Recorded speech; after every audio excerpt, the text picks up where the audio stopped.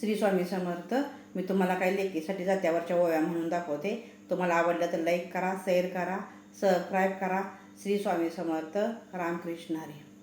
लेक निघाली सासैरी, लेक निघाली सासैरी, डोळ भरलं पाण्यायान, डोळ भरलं पाण्यायान, भरलं पाण्यायान, डोळ भरलं पाण्यायान, डोळ भरलं पाण्यायान, गाय बांधली दाव्यायान, बांधली दाव्यायान, गाय बांधली दाव्यायान.